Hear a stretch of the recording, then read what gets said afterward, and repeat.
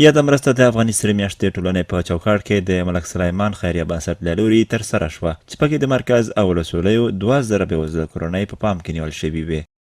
ټول مجموعه 2000 کورنۍ دي چې زر د خوست مرکز کې دي او زر په موساخیل او قلندر دواړه ولسوالیو کې زر دي 500 ولسوالۍ ته دي او د دې فی یو نفر ته چې موږ ورکوو تقریبا 4.5 افغانۍ د دې قیمت ده چې ټول دغه 2000 کورنۍ 90 لک افغانۍ کېږي.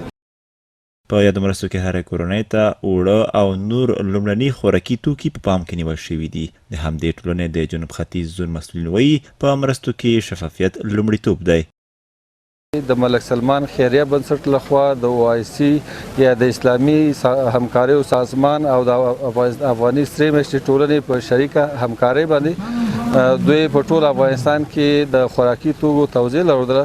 موږ ته پرچې راکړې د مرستې په حق کې موږ په دا مرستې ډېر خوشحاله چې موږ سره نوره کومه کوي چې خوار زه خپله ګډۍ والا یم د باغلان یم دلته پروت په پنځایه کې ما ته راغله په کور کې ما ته پرچه راکړې ده.